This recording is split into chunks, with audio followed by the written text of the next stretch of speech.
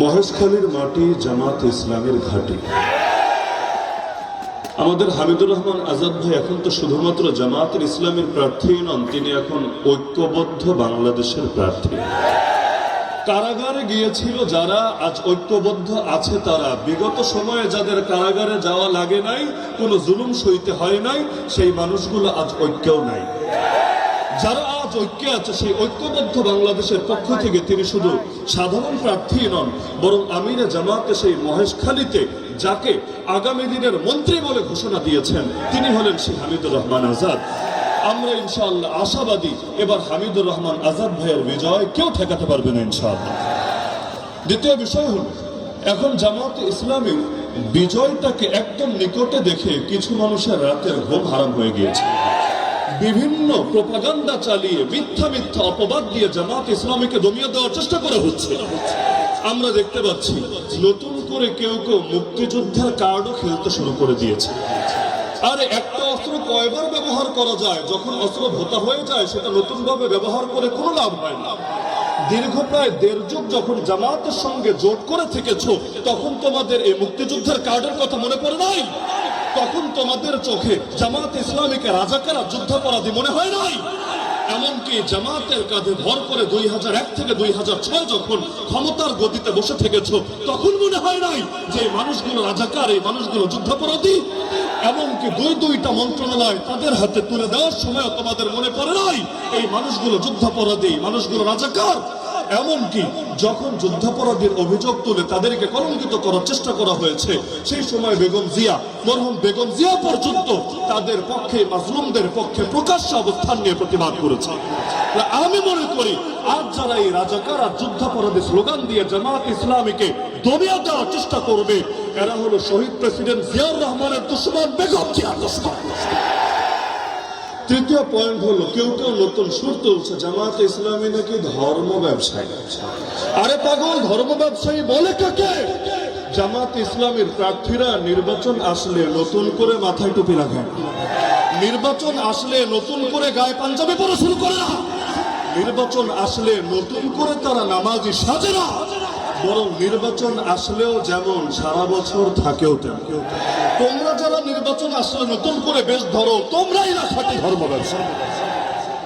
4 নম্বর point, কেউ কেউ slogan তুলছে জামাতে ইসলামী নাকি জান্নাতের টিকিট বিক্রি করছে। আরে হাস্যকর কথা, যদিও তাদের লোকেরা যে জান্নাতের টিকিট বিক্রি করেছে এর ডজন ভিডিও ইতিমধ্যে সোশ্যাল মিডিয়া ছড়িয়ে পড়েছে। এর চাইতে মজার বিষয়, জামাতে ইসলামী জান্নাতের টিকিট বেচবে কিভাবে?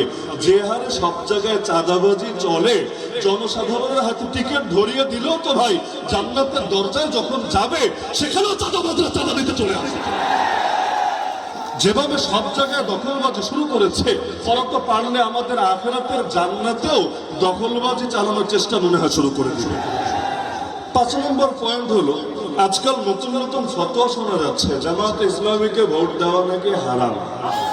ধর্মকে কাজে লাগিয়ে ফতোয়াকে ব্যবহার করে জামাত ইসলামীকে দমিয়ে দেওয়ার চেষ্টা করা হচ্ছে। যুক্তি কি? যুক্তি হলো তারা নাকি মওদুদের ইসলাম চায় আর আমাদের সম্মানিত চাঁদাবাজ ভাইয়েরা মদিনার ইসলাম চায়। যদিও মদিনার ইসলাম তাদেরকে চাঁদাবাজি শেখায়, সন্ত্রাস শেখায়, খুন শেখায়, ধর্ষণ শেখায়, মাদক কারবারি শেখায়, কয়টার নাম বলবো আর শব্দের ভান্ডার ফুরিয়ে যাবে, তবুও তাদের মহান চরিত্র ফুটিয়ে তুলে শেষ করা যাবে। অথচ আমাকে বলেন মওদুদের ইসলাম বলতে আলাদা কোনো ইসলাম আছে? আল্লাহ নবী যে ইসলাম নিয়ে এসেছেন সেই ইসলামই তো আমাদের সকলের ইসলাম, নতুন কোন ইসলাম নাই আমাদের মাঝে। এমনকি সবচাইতে বেশি বলা হয় আমরা নাকি নবী বিদ্বেষী, সাহাবী বিদ্বেষী। নাউযুবিল্লাহ মিন যালিক। আপনারা নবী বিদ্বেষী না নবী প্রেমী?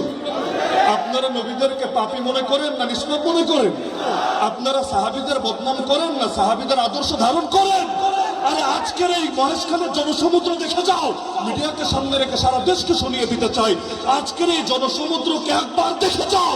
এই মানুষগুলো প্রকাশ্যে আল্লাহ নবীর পক্ষে এবং তার সাহাবীদের পক্ষে নিজেদের অবস্থান ব্যক্ত করেছে। সুতরাং খবরদার, খবরদার, আগামী দিনে প্রোপাগান্ডা চালাতে আসবে না।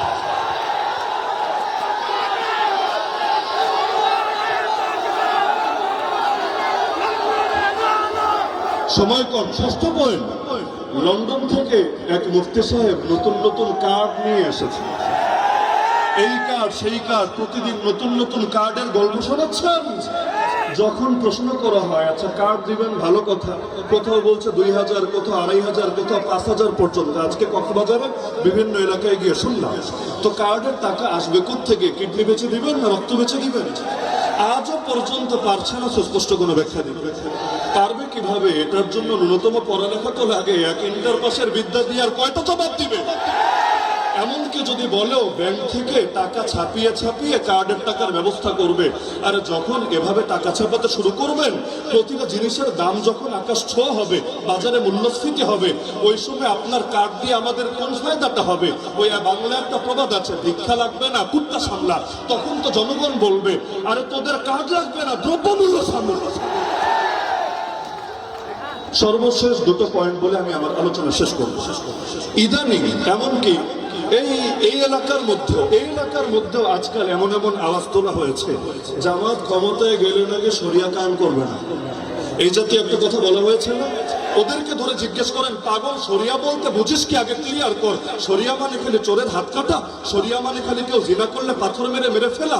এর বাইরে শরিয়ার কোনো শিক্ষা নাই? আরে আল্লাহ যেটা বলেছেন সেটাই তো শরিয়াত, নবী যেটা শিখিয়েছেন সেটাই তো শরিয়াত। জামাত কি বলছে? ক্ষমতায় গেলে ইনসাফ কায়েম করব। ইনসাফ কি শরিয়াত না? বৈষম্য দূর করব, এটাকে শরিয়াত না? গরিব দুঃখীর হক আদায় করব, এটাকে শরিয়াত না? নারীদের ইজ্জত নিয়ে কাউকে ছিনিয়ে মেরে খেলতে দেবো না, এটা শরিয়াত না? আরে তোমরা শরিয়াত বলতে বোঝাও কি? শরিয়াত বলতে বোঝাও কি? এমনকি তারা যে প্রলোভন দিচ্ছে ক্ষমতায় গেলে তারা শরিয়াত কায়েম করে উল্টিয়ে ফেলবে। এটা কোন শরিয়াত? গতকালও তো আমি দেখেছি, আমি নিজ কানে ভিডিও, সরাসরি তো ছিলাম না, এই মাঠের কথা বলছি। এই মাঠে আমার নাম ধরে নিকৃষ্ট ভাষায় গালিগালাজ করা হয়েছে নাকি হয় নাই? আমাকে আজকে এখানে আসতে দিবে না এরকম ঘোষণা এক অথর্ব দিয়েছে নাকি দেয় নাই? এই গিবত করো তোমাদের শরিয়াত, গালিগালাজ করো তোমাদের শরিয়াত, হুমকি ধমকি দেওয়া তোমাদের শরিয়াত, গুন্ডামি রাস্তানি করো তোমাদের শরিয়াত। বেটা ফাজিল ভোট দেবে টাকা দাও না। যতদিন একসাথে থাকো তখন কোনো দোষ নজরে পড়ে না, যখন আলাদা হও তখন ফতোয়া দিতে দ্বিধা করো না। মনে রাখবেন, আমরা ফতোয়াকে বিশ্বাস করি, কিন্তু ফতোয়া দিয়ে কেউ যদি ইসলামের জাগরণ, বাংলাদেশ পন্থীদের জাগরণ রুখে দিতে চায়, আমরা তাদেরকে সুযোগ কিছুতে দেব না। আমার সর্বশেষ পয়েন্ট, ভোট হলো আমানত, ভোট হলো ওয়াকালত, ভোট হলো সুপারিশ। সুতরাং ভোট দেওয়ার আগে আল্লাহর ওয়াস্তে প্রত্যেকে নিজের বিবেকের কাছে দায়বদ্ধ থেকে ভোট দিবেন ইনশাআল্লাহ। নাকি 500 টাকা আর 1000 টাকা পকেটে আসলেই ভোট সেদিকে দেওয়া শুরু করে দিবেন? কেউ যদি টাকার বস্তা নিয়ে নামেও, ইতিমধ্যে হয়তো নেমে গিয়েছেও, টাকার বস্তা নিয়ে নামলেও যদি আপনাদেরকে 500-1000 দিয়ে বলে এটা হাদিয়া দিলাম, ভোটটা আমাদেরকে দিয়ে দিও, আপনি মাথার মধ্যে রাখবেন হাদিয়াই যদি দাও, ঘোষণা হাদিয়াই যদি দাও, হাদিয়া দেওয়া সুন্নাত, হাদিয়া নেওয়া সুন্নাত, কিন্তু হাদিয়ার তো আর বিনিময় হয় না। তোমাদেরকে একটা থ্যাংক ইউ দিয়ে দিলাম, যা ভাগো, কিন্তু আমরা ভোট আজাদ ভাই ছাড়া অন্য করে দিব না। এখানে যারা আছেন সবাই কোরআনের পাখি। শহীদ আল্লামা দেলোয়ার হোসেন সাঈদী রহমতুল্লাহকে ভালোবাসেন নাকি বাসেন না?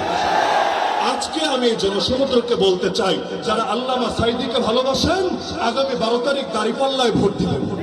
যারা আগামী প্রধানমন্ত্রী ডাক্তার শফিকুর রহমানকে ভালোবাসেন আগামী 12 তারিখে দাঁড়িপাল্লায় ভোট দিবেন। যারা কওমি আন্দোলনের সবচাইতে বলিষ্ঠ কণ্ঠস্বর শেখুল হাদিস আল্লামা মামুনুল হক সাহেবকে ভালোবাসেন, তার প্রতিনিধিত্ব একটু আগে বলে গেলেন হযরত ওবায়দুল কাদের নদভী সাহেব, আপনারাও দাঁড়িপাল্লায় ভোট দিবেন। যারা আমাকেও ভালোবাসেন প্রত্যেকে দাঁড়িপাল্লায় ভোট দিবেন। দাঁড়িপাল্লা ইনসাফের প্রতীক, দাঁড়িপাল্লা ন্যায়ের প্রতীক। দাঁড়িপাল্লাকে জয়যুক্ত করলে ইনশাআল্লাহ আগামীর বাংলাদেশ চাঁদাবাজদের হাতে যাবে না, খুনিদের হাতে যাবে না, টেম্পো স্টারদের হাতে যাবে না। আল্লাহ আমাদের সবাইকে 12 তারিখ বিজয় অর্জন করে বিজয়ের মিছিল করতে করতে ঘরে ফেরার তৌফিক দান করুন। আজকে সর্বশেষ দিনের সর্বশেষ নির্বাচনে জনসভায় এই আলাপটা আমি রেখে গেলাম এবং পরবর্তীতে আসব সেটা মিষ্টি খেতে ইনশাআল্লাহ। বিজয়ের মিষ্টি খাওয়াবেন ইনশাআল্লাহ। এখন মিষ্টি খাওয়ানোর জন্য যেটা করা লাগে সেটা করে দেখিয়ে দিবেন। আল্লাহ সবাইকে তৌফিক দান করুন।